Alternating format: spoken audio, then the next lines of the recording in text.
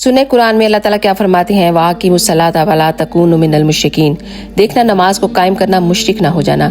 قرآن آپ کو صاف صاف بتا رہا ہے کہ جو نماز نہیں پڑھتا وہ اللہ کے ہاں مسلمان نہیں ہے۔ صحیح مسلم میں یہ حدیث لکھی ہوئی ہے کہ بندے کے کفر اور ایمان، شرک اور اسلام کے درمیان فرق صرف نماز ہے۔ ابن مسعود فرماتے ہیں کہ جماعت کے ساتھ نماز پڑھنا یہ سنت خدا ہے، یہ وہ تمہارے نبی کی سنت ہے جو اللہ نے انہیں عطا کی۔ اگر تم اسے چھوڑ دو گے تو برباد ہو جاؤ گے۔ آپ کے زمانے میں اگر کوئی بیمار ہوتا تو 2 بندوں کے سہارے نماز پڑھ سکتا تو اس کی یہی کوشش ہوتی کہ میں مسجد میں باجماعت نماز ادا کروں، کہیں مجھے منافق نہ شمار کر لیا جائے۔ صحابہ کرام کو اور اہل بیت کو کب معلوم تھا کہ ایک ایسی امت بھی آنے والی ہے جو آپ سے بھی بڑا عشق رسول ہونے کا دعویٰ تو کرے گی اور نماز ہی نہیں ادا کرے گی۔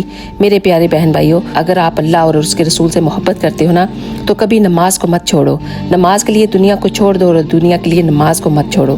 اللہ تعالی ہم سب کو صحیح اور عمل کرنے کی توفیق عطا فرمائے۔